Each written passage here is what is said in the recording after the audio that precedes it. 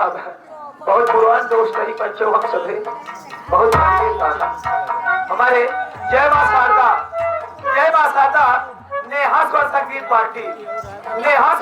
Party मालिक वानी Banarasi hero और मास्टर राम खिलावन के सुपरस्टार कलाकार धर्मराज खलनायक और मैनेजर हमारे गगन शर्मा जो बहुत अच्छे कलाकार हैं, बहुत बेहतरीन कलाकार हैं और सुपर हिट डांसर पूजा रानी साथ सहयोगीकार हमारे पिपिन लाइट साउंड कंपनी जिनका मोबाइल नंबर है तोहर मोबाइल नंबर पर तोहर लग जान जाए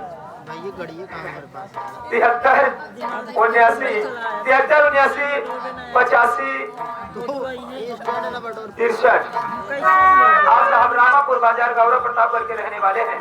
बाबूजी की तरफ से 11 रुपए का पुरस्कार पार्टी हार्दिक स्वागत करते हैं। धन्यवाद। आपका फरमाइश के तरफ और गाड़ी आ जाती है आवक हटिया पे गोली जाता खेला राजा जी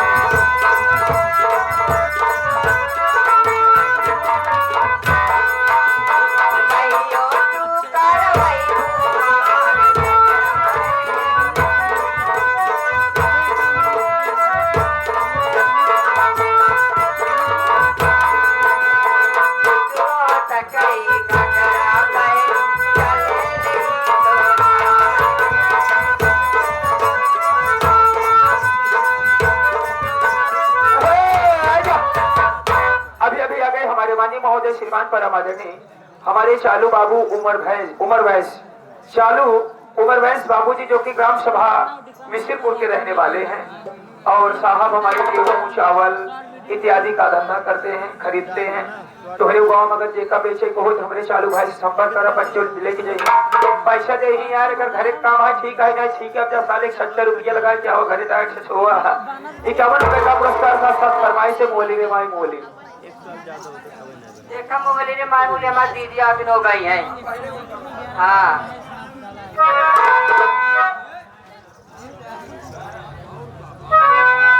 देखा अब हम जाता ही है